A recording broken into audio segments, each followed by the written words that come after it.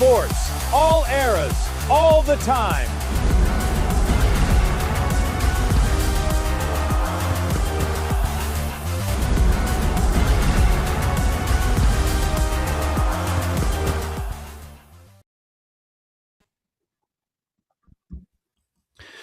Good evening, ladies and gentlemen, and welcome to All Era Sports with Sirhan, live on a late night edition from Cincinnati, Ohio, in the United States of America on this 12th of August, 2026. Apologize for the earlier technical difficulties. I've had Wi-Fi hiccups in what has been a crazy weather scene here in Cincinnati, where we've had power outages. I've had Wi-Fi outages. I've had to manually open power doors with my garage. But I'm back and I'm ready to go. Let's get this thing started.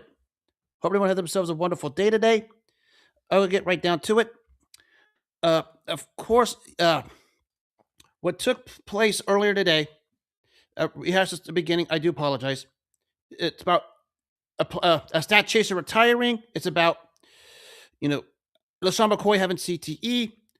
Reliving the legend of a Mexican who died tragically 44 years ago and his status. And a debate for who the greatest Rams running back is. Let's start it all over again.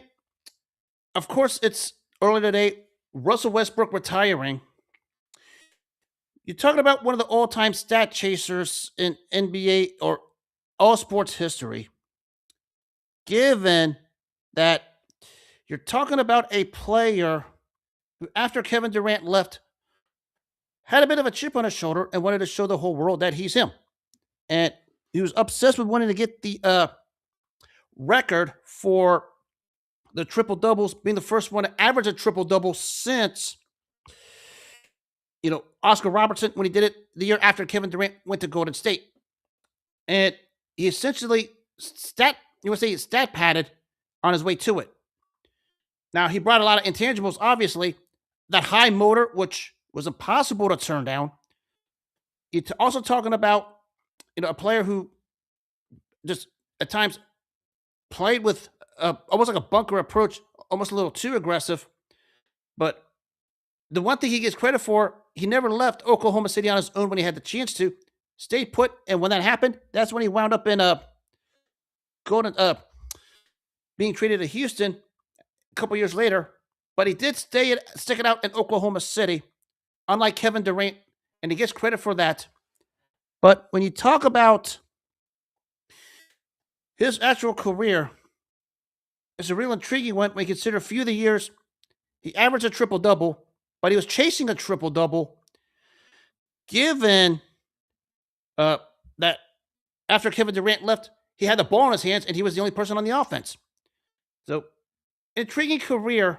It's probably going to be the Hall of Fame, no doubt about it, when you consider the numbers he put up. But when you consider what happened with him after Kevin Durant left, he did win the MVP, but it amounted to next to nothing. But at the end of the day, when you think about it and when you look at it, maybe a case of a player who,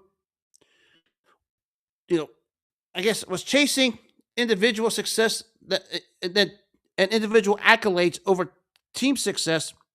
And you see that situation in LA with LeBron James where he was a scapegoat, for many reasons. But even then, you're talking about a player who played with a heart as big as the state of Oklahoma when he was with the Thunder. And we talk about that early 2010s when he and Kevin Durant had the formidable two-team duo. That's what made them a heck of a duo, given what happened. And we look at all the things that took place before, with him, with Durant, and then afterward, a bit of an eyebrows raising of a career. He is a modern legend, no doubt about it. The numbers back it up. He is a Hall of Famer. You probably get in by the criteria, but nothing more than that. It's interesting we talk about Hall of Fame careers, and we talk about Hall of Fame careers. A lot of things that go about whatever way you want to go about it as. But in the case of Russell Westbrook, I think he had a point to prove after Kevin Durant left, and I think maybe in his own eyes, he maybe proved it. We prove it to everybody else, and whether they thought he did, who knows? But that's what happened when you talk about what took place on this today with Russell Westbrook retiring. Heck of a player, heck of a career. Case closed. I mean, the point guards today aren't, what we expected, what many of my time knew him as. I mean, some people thought he'd be better off playing the off guard position where he can be just a shoot first, have all those jumpers. But when you consider his totality and his body of work, on the surface it looks good, but when you go in the details, it's not as good as you think. All the basketball rims, all the arenas have probably been saved at this point, given that they don't have to worry about him throwing bricks. He should have used a lot of rims during that time. So that's what happened there. And while Russell Westbrook retired, an NFL player who retired not too long ago, who tries to get himself in this content creation thing, I guess felt the need to make a bit of a fool of himself today, or the other day, given what came out of his mouth. That being the one-time Philadelphia Eagle and Kansas City Chief running back, LeSean McCloy. LeSean McCloy is a case of a player, who should have been more than what it was. And now, so he's got into this content creating thing. Of course, weirdly, he does boxing, which someone like myself who's into the fight game as long as anyone is a bit of an eyebrow raiser. In his own field of the NFL, he had one of the most egregious takes that really set the world ablaze, given the names we're talking about here. He comes out and makes a statement saying Antonio Brown Jr. was a greater wide receiver all time than Jerry Rice. Well, first of all, the running back position, your career's going to be cut short, and you're probably going to wind up with a few whacks upside the head. So that's probably what happened with LeSean McCloy. Probably got CTE in the process. And as talented as Antonio Brown was the first few years in Pittsburgh, and he was darn talented, of course, until Antonio Brown whacked him upside the head. That's what you had out of Antonio Brown beforehand, given what took place with this, and given that after he got whacked upside the head being Antonio Brown, he went off the rails. But announced before then, in Pittsburgh, he was an interesting trajectory, and he was doing a lot of darn good things. But when you consider what Jerry Rice did before the age of 30, it's one of its own. It stands on its own. It's one of a kind, given that its accolades are probably we're not going to be seeing ever again. This is Jerry Rice before the age of 30. And these are the numbers I'm going to put up here, and these are real wild numbers. Remember, this is before he turned 30. You tell me a player who had played 95 regular season games could have played more had it not been for the strike-shortened season in 87. 549 receptions, 9,349 yards, 95 touchdowns, 17 yards reception, and of course his career in the Super Bowls, 3-time Super Bowl winner, the Super Bowl 23 MVP, when he had the 215 yards and a touchdown against the Cincinnati Bengals in that Super Bowl. All-pro selections for the 6 straight years from 86 through 91. 6-time Pro Bowler during that period. Set single-season records with 22 touchdowns in 12 games in 1987. Would have destroyed it had it not been for the strike-shortened season. NFL rushing leader in rushing yards twice in 86 and 89. And 4 times led the league in receiving touchdowns in 86, 87, 89, and 90. And was a part of the All-Decades team despite only playing half the decade when he was drafted in '85 out of Mississippi State. So, you find me a receiver before the age of 30 who did all of that, you're not going to find him. There might have been more talented wide receivers than Jerry Rice, if you want to use that word talent, and some people use it loosely. However, here's the thing. What the biggest difference between Jerry Rice and everybody else is that Jerry Rice had one of the most insane work ethics, that had the desire to be great. The desire to be great, because you talk about dedicated to your work, dedicated to your craft. Giovanni had it quite like Jerry Rice in any sport. We're not just talking about the NFL, football, and the wide receiver position. We are talking any sport. You know, football, basketball, boxing, tennis, soccer, baseball, whatever you want it. Nobody had a work ethic to the tune of what Jerry Rice had. And that's probably what separates him from all the others all time. Because after he got that distinction of the greatest of all time, and you say he wrapped it up after Super Bowl 24, when he and Joe Montana just sliced up the Denver Broncos to win it and going back-to-back to conclude the 49er dynasty, he was still finding ways to be better after having the distinction locked up. And we talk about having that distinction locked up at that point. Yeah, a lot of people will just rest on their laurels. Jerry Rice didn't. And because Jerry Rice just kept working at his craft, that's why he has the distinction, widely regarded as the greatest wide receiver ever. And he's so far in the stratosphere up there, nobody can catch him. That's what everybody, including LeSean McCloy, misses. You can have all your talent all you want, and we had a lot of talented receivers before and after Jerry Rice, no doubt about it. I mean, I could point to a whole laundry list of them. But the thing that separates the good from the great, I talk about this in boxing and other individual sports, and the same goes true here. When you talk about the wide receiver position in the NFL all time, is that if you want to be great, you better work at it. And nobody worked at it quite to the tune of how Jerry Rice did throughout his career, especially before he turned 30, when at that point, that distinction of the greatest wide receiver, he locked it up and then just continued on. And you talk about the top things he did. I mean, you talk about that West Coast offense under Bill Walsh, and it, short to medium passing rather than routes and deep dropbacks. He ran every route. We talk about route running. That was Jerry Rice's bread and butter. He can run any route. Put him in the slot, he can run it. Put him in the slant and go, he can run it. Isolate him one-on-one, he can run it. Any route you put in Jerry Rice's way, he could run it.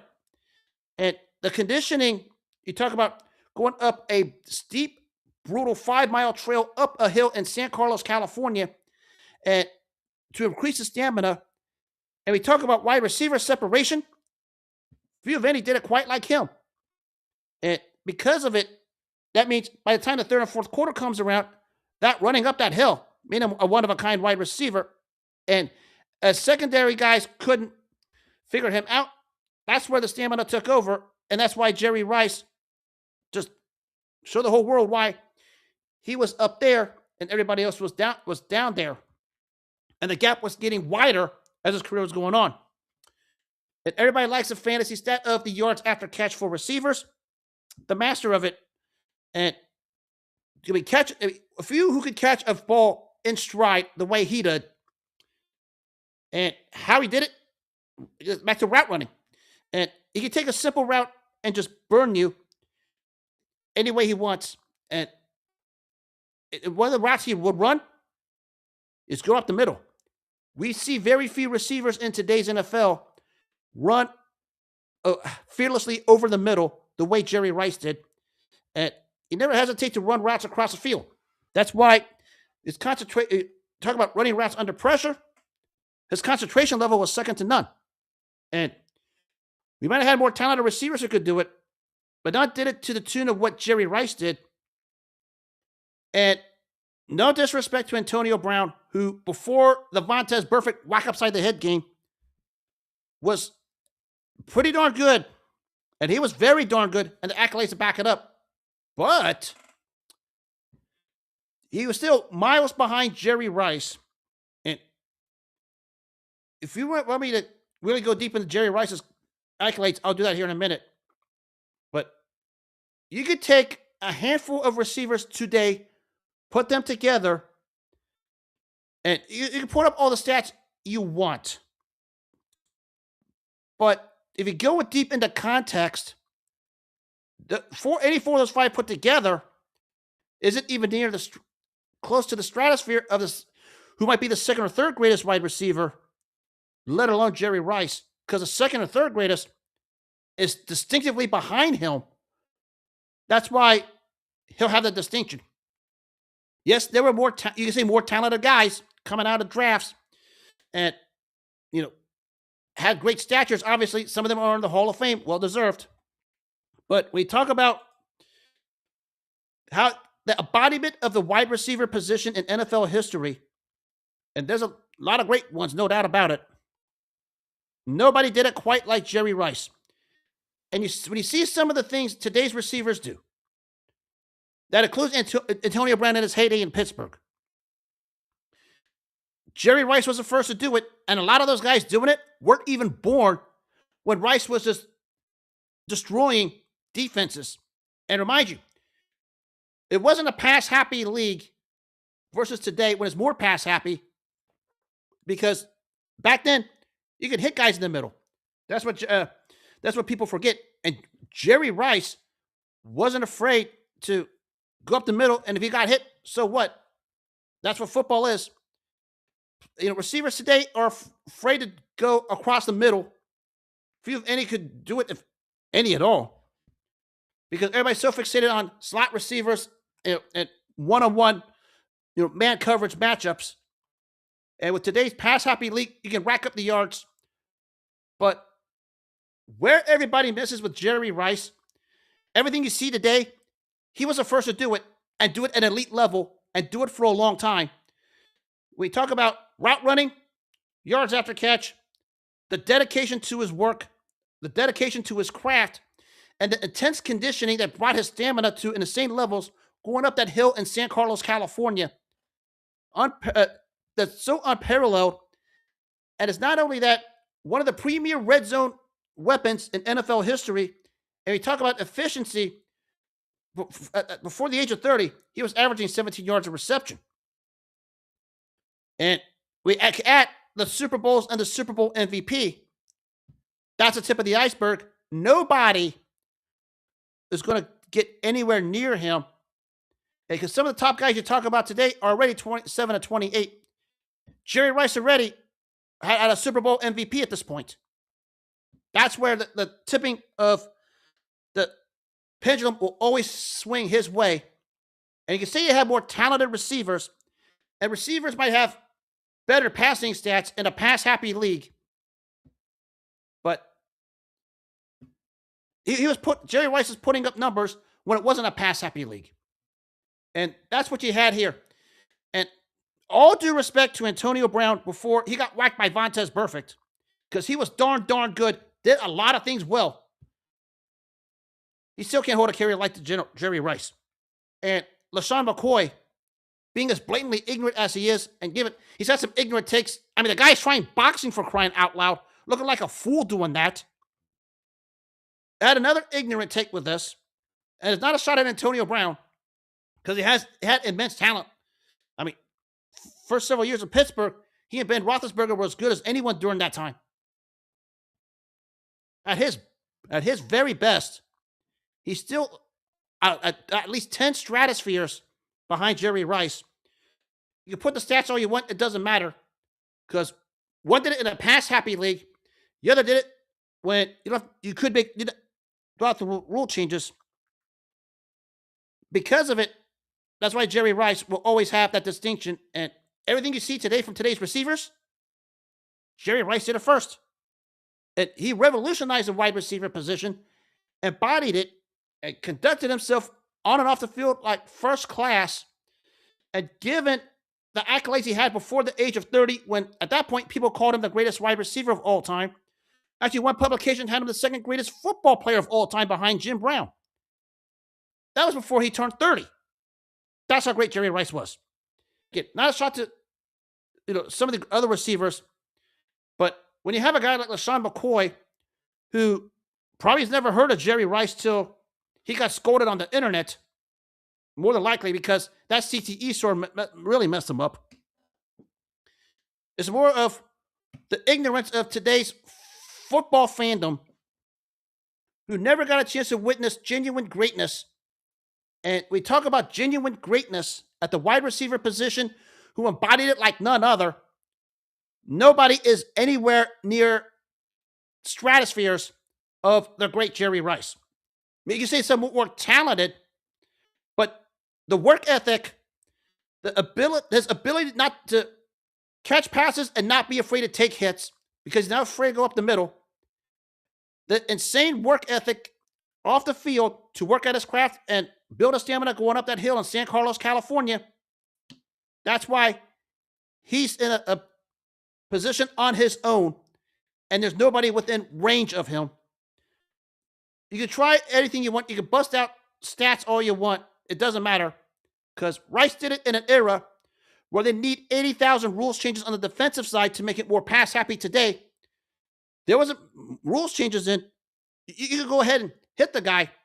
Jerry Rice was putting up numbers before all the rules changes were made. Put him today at every record to be shattered times 10.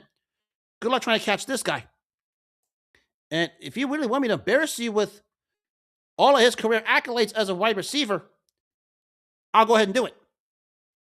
3-time Super Bowl winner, Super Bowl MVP of 23, 2-time Offensive Player of the Year in 87 and 93, 10-time first-team All-Pro, 13-time Pro Bowler, 2-time receptions leader, 6-time touchdowns leader, 6-time receiving yards leader, the NFL scoring leader in 87. And remind you, 87 was a strike-shortened season. That's what you need to know about it.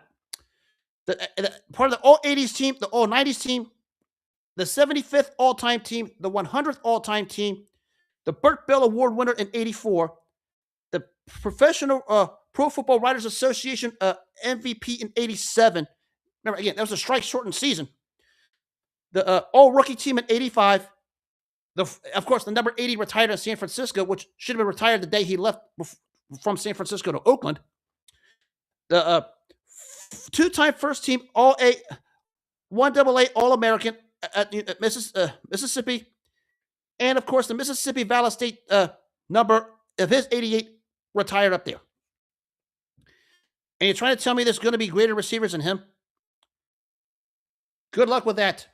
Because a lot of this, he accomplishes, and he was still putting up numbers in Oakland, and it was his brief time in Seattle, showed like he still had a lot left in the tank. That's Jerry Rice. Good luck trying to topple that. And someone tell LeSean McCloy that he needs to get checked for CTE for such an egregious comment. And it's not a shot at Antonio Brown, who was phenomenal before Vontaze Burfict turned him sideways. At his best, he's still stratospheres behind Jerry Rice, as many receivers are and will be in this lifetime. Case closed. And while Jerry Rice had his legacy and LeSean McCloy had infamous legacies of the other day for what he said,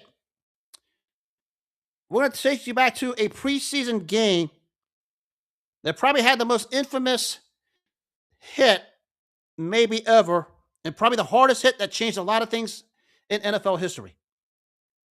This took place 48 years ago when it was a preseason game between the Oakland Raiders and the New England Patriots.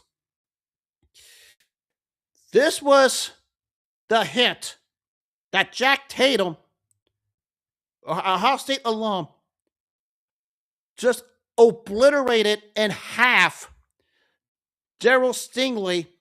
It collided as Stingley was going for a pass and on a slant route. He and Tatum collided, and the awkward collision this led to where Stingley lowered his helmet and then Tatum hit him with a shoulder pad right on the helmet, and that severely damaged the spinal cord and that left Daryl Stingley with what's called as incomplete quadriplegia for the rest of his life. We love hard hits. We get it. And we know what's happened in the NFL since all of this happened. This hit was probably what started it.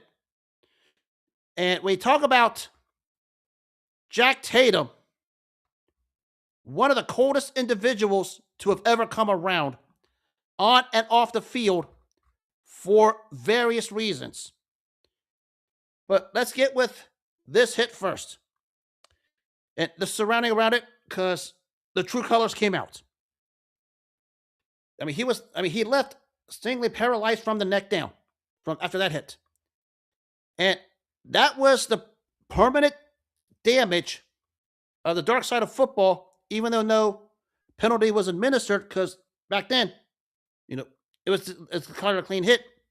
But given what happened and how it happened and the result of what happened to Daryl Stingley, that was where the NFL decided to do the things they started to do then and continue to do it now because of that day, 48 years ago today, with that preseason matchup. Apparently, they try to find ways to have remorse and have public settings, but whether one forgave the other or one apologized for whatever, an underlying issue was overlooked. That is the coldness of Jack Tatum, who made no apologies for his style of play.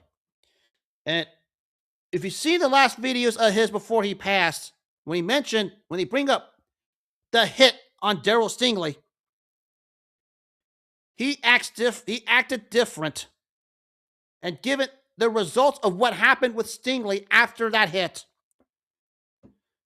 it speaks for itself. Many times, they try to have public appearances. And I know one time, apparently, according to those close to Tatum, he tried to visit Stingley in the hospital after that hit, but the Stingley family turned it away, understandably so. And later on, a few times, they tried to have public gatherings, but it was turned down by Stingley, given that he thought Jack Tatum was going to use him and that incident to promote a book that came out, and it rubbed Stingley off the wrong way. Understandably so. Stingley said, I forgave him a long time ago, but no one heard the legit apology from Jack Tatum. Yes, Jack Tatum, that was the style of play. You talk about the safety position as one of the fiercest, most feared guys in the secondary ever to lace him up in an NFL field. No doubt about it. Did it at Ohio State. Won a Super Bowl, of course, with the Raiders in 70 under John Madden. Back then, they were known as the Renegade Raiders. An enforcer. We talk about guys who were enforcers and intimidating enforcers. That was Jack Tatum. And for this, what he did to Daryl Stingley is something different. Given that Stingley, what happened to him after this? It's an odd circumstance and a weird legacy for Jack Tatum, because not only was he known for what he did to Daryl Stingley, we're going to fast forward a couple years to, of course, one of the all-time famous plays in sports and pop culture history, not just in NFL history, because it was before then, in December of 1972, when the Oakland Raiders traveled to Three Rivers Stadium to play the Pittsburgh Steelers, it was Tatum who laid the hit on John Frenchie Fuqua that popped the ball loose. And the same way he whacked out Daryl Stingley, the ball got loose. And of course, we know what happened when Franco Harris scooped it up, what's now known as the Immaculate Reception, and took it 42 yards for what turned out to be the game-winning touchdown. And that point, that play was so famous after all of that. The NFL decided you can't have a receiver batting a ball to another player on the same team. That's one of the rules they had that changed because of it. And but how the referees ruled was because it was Jack Tatum with the hit, and he was the one that touched it. It was Franco Harris who took it to the house. And of course, the debate still is, did Franco Harris really pick it up? All camera views will look for it are out of range that you don't have a conclusive answer. But that exact same hit Jack Tatum whacked out Derek Stingley with was the one he used to whack John Fuqua with in one of all iconic plays in NFL history, where the ball wound up in the air, almost to the ground, scooped up by Franco Harris, and taken to the house. A weird legacy for Jack Tatum. Maybe known for a guy who's just in the secondary, you didn't want to get near because he scared a lot of dudes in his day. That's Jack Tatum.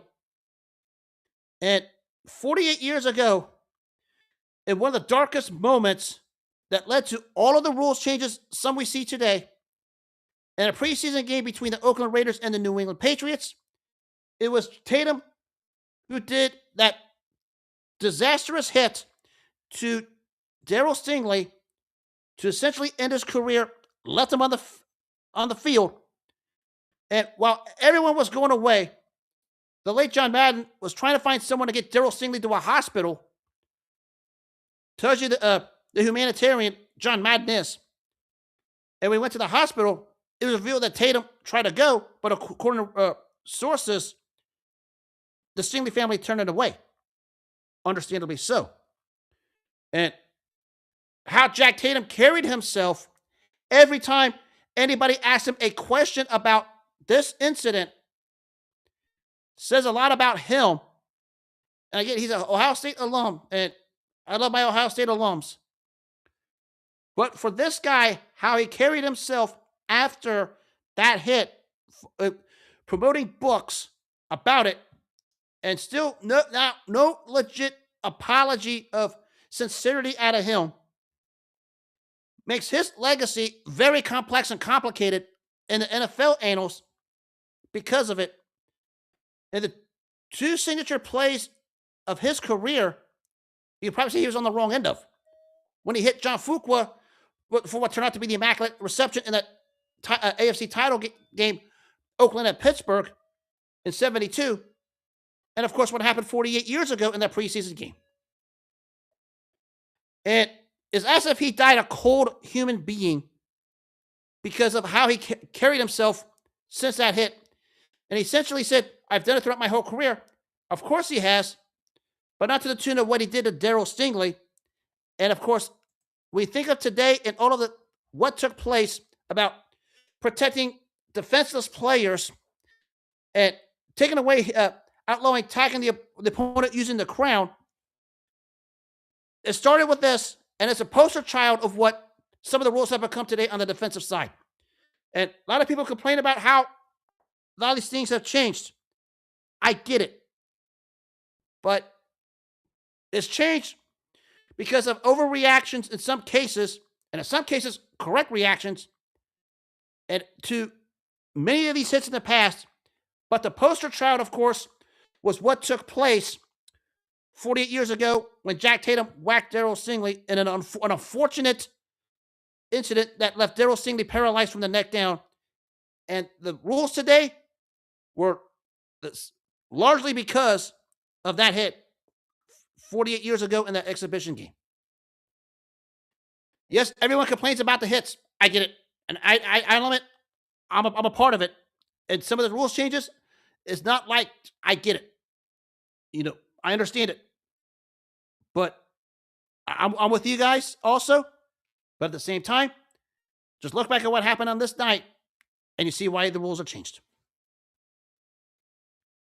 Amazing how one play like this changes a lot of things. Granted, I get it. It's overboard at times in the NFL, and I mean massively overboard. But let's remind you of this. There's a reason why some of these are going on. Do they want to see something like this again? We've had several of these before.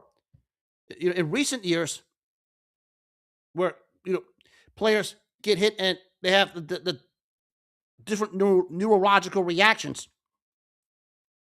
I get it. Sometimes it's overboard, but when you think of what happened 48 years ago tonight, that's why he did. And while Jack Tatum laid a massive hit on Derek Stingley that left him, unfortunately, paralyzed from the neck down, we're going to talk about laying hits. We're going to trace back to the world of boxing to a Cincinnati icon who, the equivalent of 76 years ago tonight in Yankee Stadium, delivered quite a few of them. 77 years ago. It was Ezzard Charles just obliterating Gus Lesnevich in the defense of a heavyweight championship. But the story with this goes deeper. When you consider that Ezzard Charles has a distinction of the greatest light heavyweight of all time without having won a title, it says a lot about him. And when he rises up to the number one contender status after beating just top light heavyweights like Jimmy Bivens and Archie Moore, he was the mandatory at light heavyweight for the then light heavyweight champion Gus Lesnevich. In a situation where business got in the way. Today, we'll probably call it ducking, which it probably has a case for it. Back then, the cliche was business got involved. Because that's what happened and why Ezzard Charles never got the light heavyweight championship against Gus Lesnevich. So, it was a clear avoidance. We talk about local promoters around Ezzard Charles in Cincinnati offered Lesnevich $50,000 for a championship fight, and it was basically turned down by the Lesnevich team, and those around him said, yeah, we turned it down because we know Charles is going to whoop him. That's why they never fought at light heavyweight for Lesnevich's light heavyweight title, even though Charles had the claim to the championship, being the number one contender, haven't earned it, beating top guys at light heavyweight. So, instead of that fight, Lesnevich goes to London, loses to an unheralded Freddie Mills, and that after that fight, that's when Ezzard Charles moves up to light heavyweight, and shortly after, he beat Jersey Joe Walcott to win the heavyweight championship. This was a defense he was looking for, built as unfinished business coming from the mouth of Ezzard Charles, given how business got in the way of a Charles Lesnevich light heavyweight championship fight. Instead, we have a Charles Lesnevich heavyweight championship fight. Go figure on this one. Nothing more to say about the fight in general. It was a case of anything Ezzard Charles wanted to do, he did it. And given how Lesnevich and his people were about the bad business, Charles delivered the bad business in the term of a beating, up, down, left, right, body, head shots, body shots, combinations, whatever you want to do, he did it. Foot speed, technicality, anything he wanted to do to Gus Lesnevich, he did it. To the tune of a fight where the beating was so off the charts at that time, to where Lesnevich was close to being actually legally blinded, and after his body was just the equivalent of a moving vegetable because he couldn't do anything.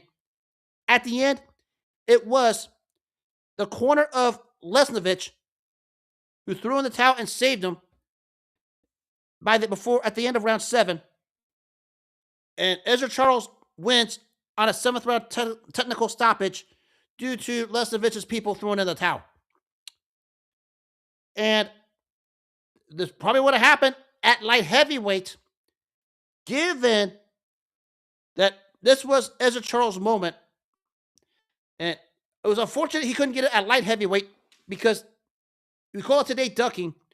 Back then, it was called business interference. That's what it was. It was business interference because Lesnevich's people didn't want to put him out there against a Charles who just obliterated Archie Moore in the third of that 3-fight trilogy and was beating top light heavyweights to get to Lesnevich's spot. And when Lesnevich turned Charles down to fight Freddie Mills in London and lose his title, Charles changed his tune. And after Charles changed his tune, Lesnevich tried to change his tune.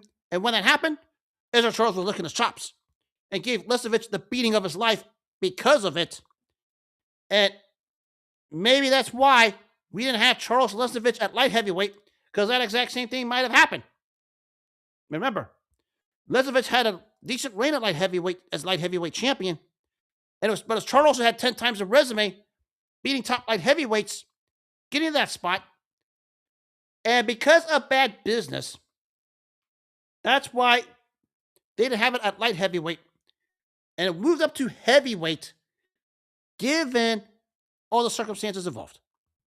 And Ezzard Charles did not forget it. And the second he heard he got Gus Lesnevich as a heavyweight for his title, he said he had unfinished business, and he sure finished it in more ways than one. Just a massacre from start to finish.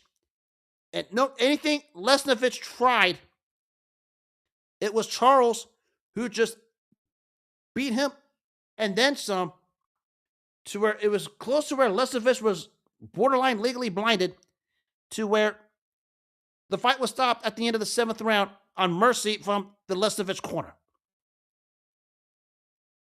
And you want to know why bad business gets in the way? There it is. Ezzard Charles, all-time Cincinnati icon. Him, Oscar Robertson, Johnny Bench, Joe Morgan, Barry Larkin, Aaron Pryor, Anthony Munoz, and Ken Anderson. They're your Cincinnati icons. Ezzard Charles, always number one. And 77 years ago, at Yankee Stadium, after being avoided by Gus Lesnevich as the light heavyweight champion, Charles won the heavyweight title from Jersey Joe Walcott and made a defense against the same Gus Lesnevich, and not forgetting the bad business. And it was Charles who said, I had unfinished business with this guy, finishing the business to the tune of a massacre, to where Gus Lesnevich's body was probably sore from the head down for the next several days because he got that kind of a beating. It was so bad the corners essentially saved Lesnevich's life because it was about to get worse. Charles retains the heavyweight championship, and Charles has a distinction of the greatest light heavyweight of all time, despite never having a fight for the title. Why didn't he fight for the title? Because the champion Lesnevich didn't want the smoke. They fought a heavyweight. You see why. Case closed. And you could probably argue Ezzard Charles is not just a top, probably the greatest light heavyweight of all time. You could legitimately argue as a heavyweight, a top 15, a top 20 all time. Because I get it, it's a different dynamic with heavyweights then versus today. But still, to make 9 successful title defenses at that time, he did something right. In the one belt era, when one belt means winner take all, he did it and had an epic 4-fight series with Jersey Joe Walcott like none other. And of course, what helped his legacy was the 2 fights against Rocky Marciano, where he gave Marciano everything he can handle and then some. That's why he has a great of a legacy at heavyweight as he does at light heavyweight. Something people don't talk about. Needs to be talked about more.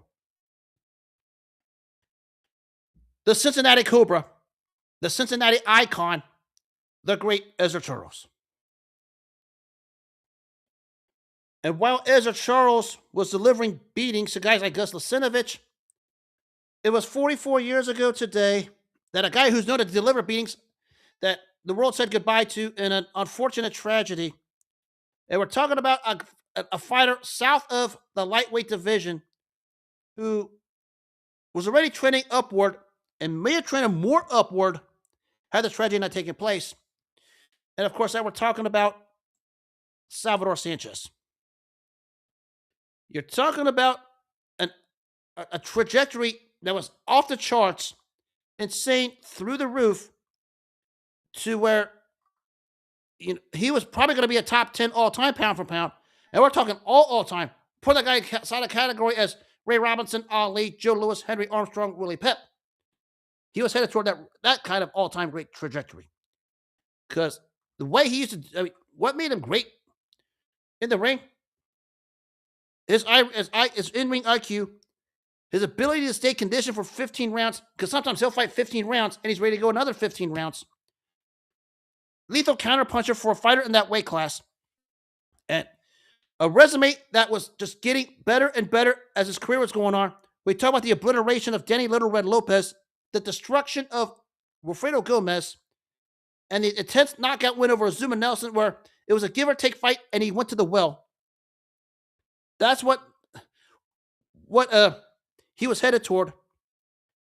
And the crazy thing is, before the tragedy, he was staring at blockbuster paydays against guys like Alexis Arguello, Eusebio Pedroza, and those were talked about before the tragedy. They were talking about him fighting Arguello and Pedroza. Of course, one time Pedroza ducked. A potential showdown, not just with Arguello and Pedroza, but also then super featherweight champion Hector Camacho. And you were likely going to get an all-Mexican showdown with him and Julio Cesar Chavez, because Chavez was starting to begin his niche at super featherweight. That's what Sanchez was, some of the fights he was staring at after he beat Azuma Nelson and the time of this unfortunate tragedy. And we consider Nelson's legacy after the fight and what he amounted to. That makes that win Sanchez head over him even greater.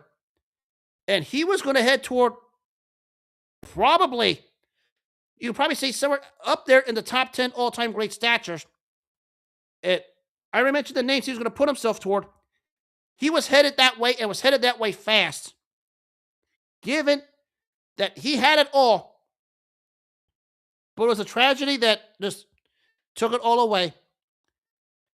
And it's unfortunate because we were deprived of, we could coin the phrase great all you want, but with him, it would have been a genuine great, and he was already great at that point. It was going to be greater. It was really going to thrust himself among some of the ultra elite fighters, pound for pound of all time, because he would have been a serious challenger to those guys. That's what he was headed toward. And we consider that he had big money paydays against big names and surreal fighters.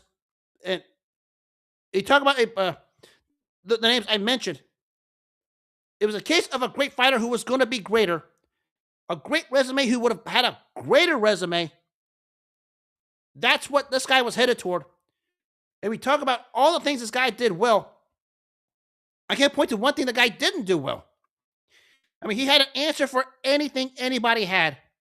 And we consider how he got pushed by Danny Little Red Lopez and Azuma Nelson, and to answer them emphatically the way he did.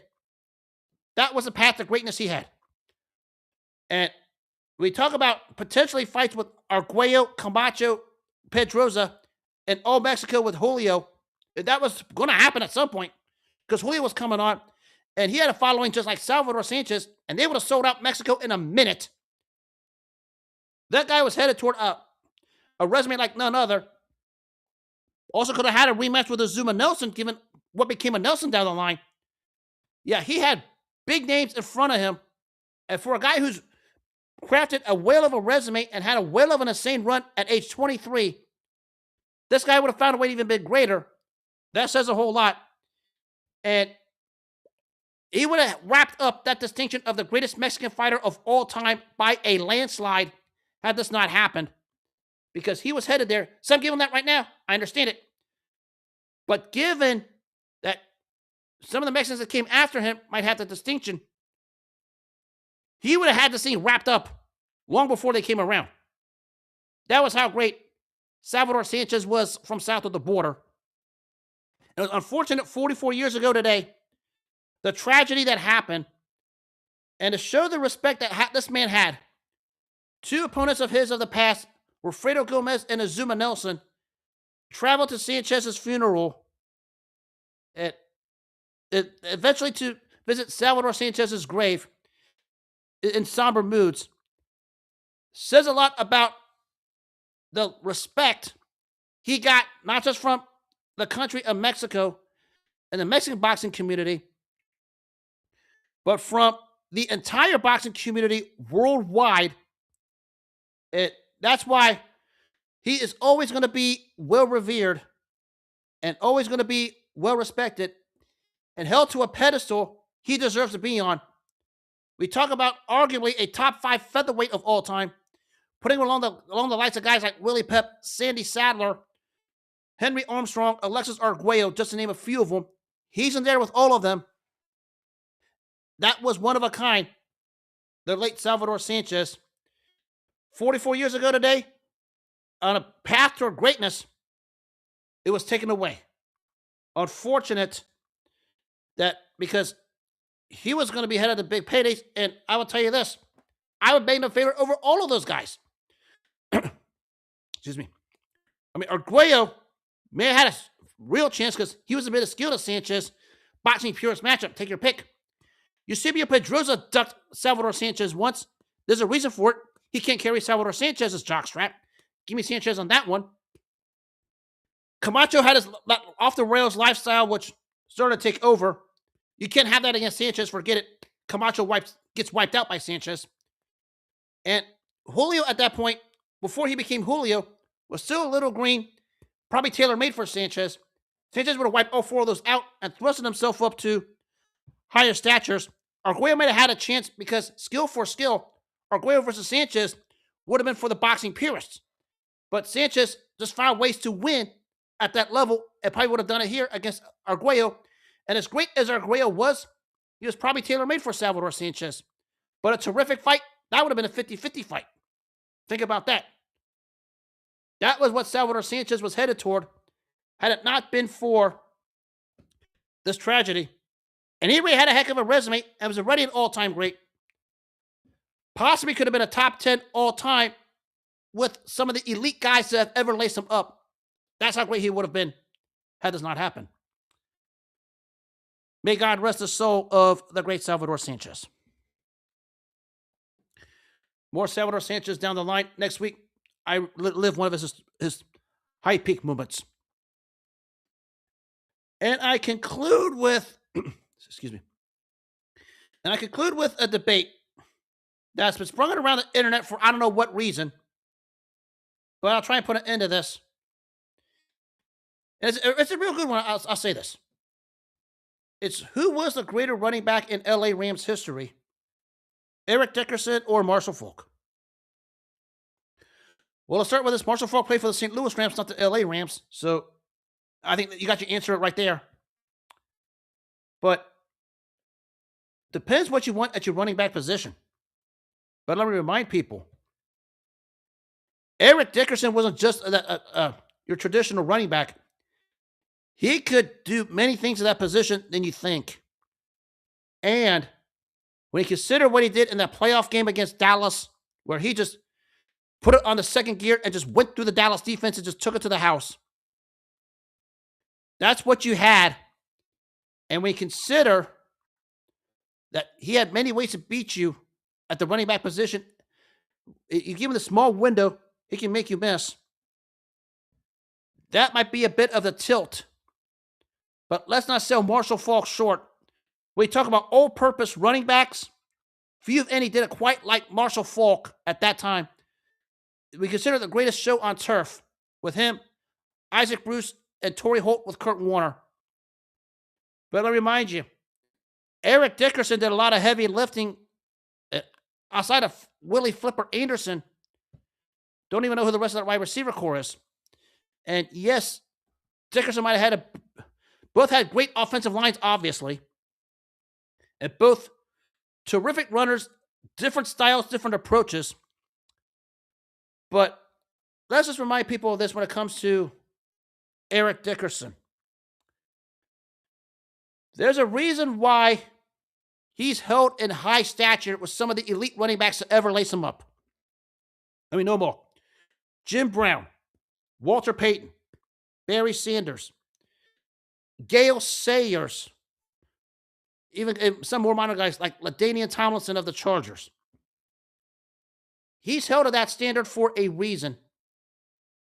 And when you do it as consistently as he did and how he did it, we consider how he just exploded through heavy run defenses, especially in that playoff game against Dallas in 85, where he still has a record of 248 yards and had some big runs where he just busted through the Dallas defense and averaging nearly 5 yards a carry in his career. That should tell you where the nod should tilt. You have two different style of running backs, and these two are the perfect examples of it. We consider Marshall Faulk being one of the all-time all-purpose guys, and he's in a unique class himself with a guy like Thurman Thomas of Buffalo, who, like Faulk, was an all-purpose guy.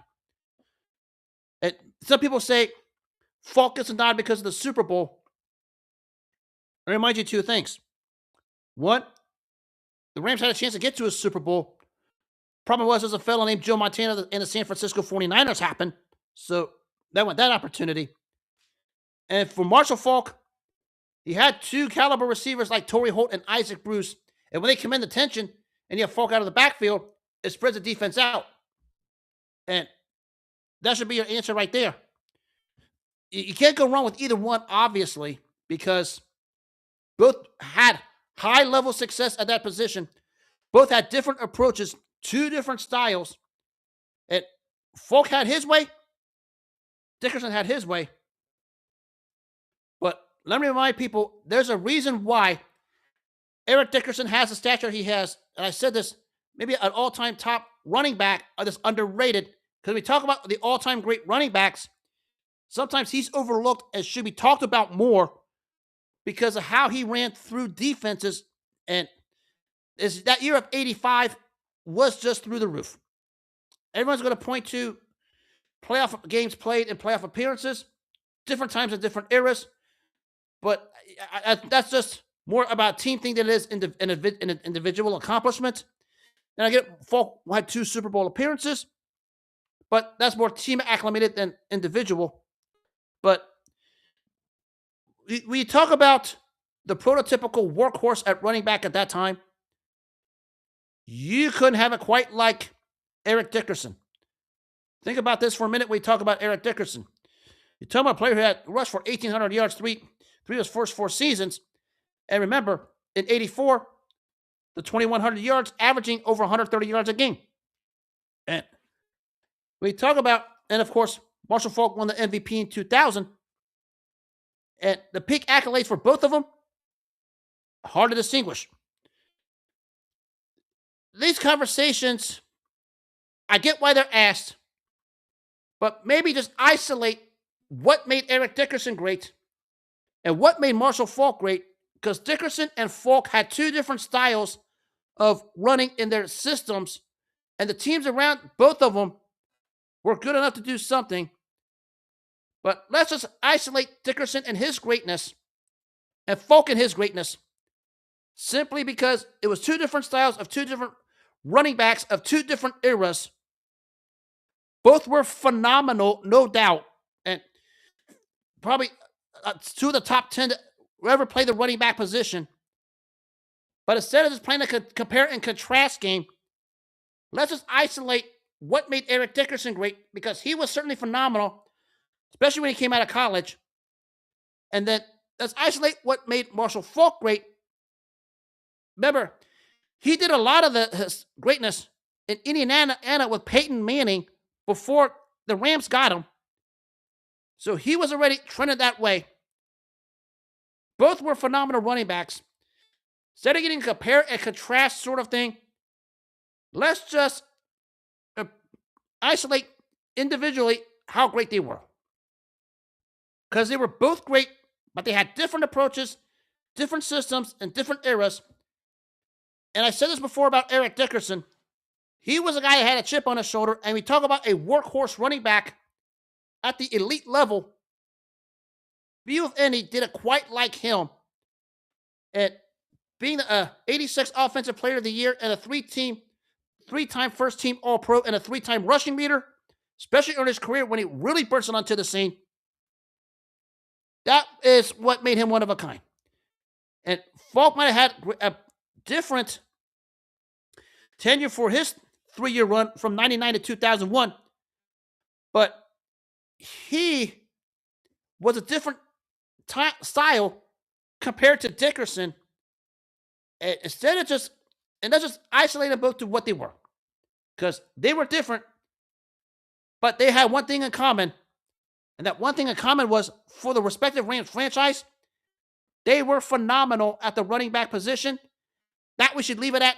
The rest of it is just hyperbole. Let's just isolate Dickerson by his greatness and Faulk by his greatness, because they both were great. And it's another conversation. This is why comparing eras of the same position, especially in the NFL, in all respect to the questions that were asked, and a lot of respectable people who asked it today, this is why we need to steer away from this. I say for one simple reason. Anybody could today pull up revisionist history with the use of the internet and the use of stats and screenshots. Anybody could do it. If we go deeper, if you want to go deeper in this, everybody needs to understand the context and the approach. And it said before about the eras. One came at a time when it was more run dominant. And remember, Eric Dickerson was plowing through top level defenses when he was in LA. Another one came when you started to see a change in some of the defenses and the offense became more open, and the style of play of Marshall Faulk fit for what they did for that 3-year run with the greatest show on turf, with the 2 Super Bowl appearances and the 1 Super Bowl win. That's how this conversation is. I'm not going to make a pick because I can't compare and I don't want to compare, because they were both phenomenal. Maybe instead of playing who was greater, maybe isolate how each individual was great and end it right there. We talk about 2 elite level caliber running backs for the same franchise, because there's so much variables that one has that the other doesn't. But given the eras they're in, it's going to be an inconclusive answer. Both were just sensational, and I'll leave it at that. Both were really, you would put it this, for the running back position, both were pioneers for how they ran during their eras. When you think about how Dickerson did his and how Faulk did his, few, if any, did it quite like them after them. And if you want to call them pioneers of how the running back position was and how they embodied it during their times, absolutely. Because that's what they were. And neither guy, you can put it this, neither guy never, you put it, when they were at their best, they've worked at their craft. But you see, but neither guy, can't say took steps backward. But when they were at their peaks, they were something else. And let's just leave it at that. Because this comparing and contrasting eras makes little to no sense. In all due respect to the question that was asked, and that's an excellent question, because we talk about that Rams franchise in the running back position, those 2 stand out. Is it? Should you really comparing both them due to the style of running back and to the eras they came out of? I mean, of course, it's all tied to opinion, but there's no real honest answer to it. Because those who say Dickerson is going to get pushed back from the Faulk side because they're going to say Faulk was more multi-purpose than Eric Dickerson, which is wrong, given Eric Dickerson could do more than just run you over. He had speed and agility and could do things out of the backfield. And those who say Faulk was greater will get pushed back from Eric Dickerson. But Faulk had underrated strength himself. And if he really wanted to turn on the Jets, if he finds a little hole just like Dickerson did, you got the same result out of him. Both were great. It will just leave it at that. Phenomenal running backs during their time. 2 of the all-time greats to ever play that position for different reasons. Eric Dickerson, Marshall Faulk, both were the Rams. Both were great. Leave it at that. Conversation over. compare and contrast doesn't do anything at this point. It's fun talk, but you go nowhere with it. And on that note, after several technical difficulties, that'll wrap up this show tonight of All Era Sports with Sirhan. No show for the rest of the week, as I will defer to the NFL preseason. Welcome back, NFL. You have been missed. And if you missed any of this show or any others in the past, you can catch them on the iHeartRadio and the Apple Podcast apps. And if you want to watch the video versions, you can catch them on Facebook, X, Spotify, Rumble, YouTube, and now streaming live on Patreon. You can find my show on the Patreon website. And as always, make self-care your number one priority in all walks of life. Take care of yourselves first, and always focus on yourself, which includes setting strong boundaries. Strong boundaries are always a part of self-care. You do all that, all the good things will happen. That'll wrap up the show for the night. No show till Monday night. Welcome back, NFL. Enjoy the NFL the rest of the weekend. Until then, take care. Good night. God bless. Enjoy the evening. Enjoy the weekend. And to all 32 NFL teams, enjoy the preseason.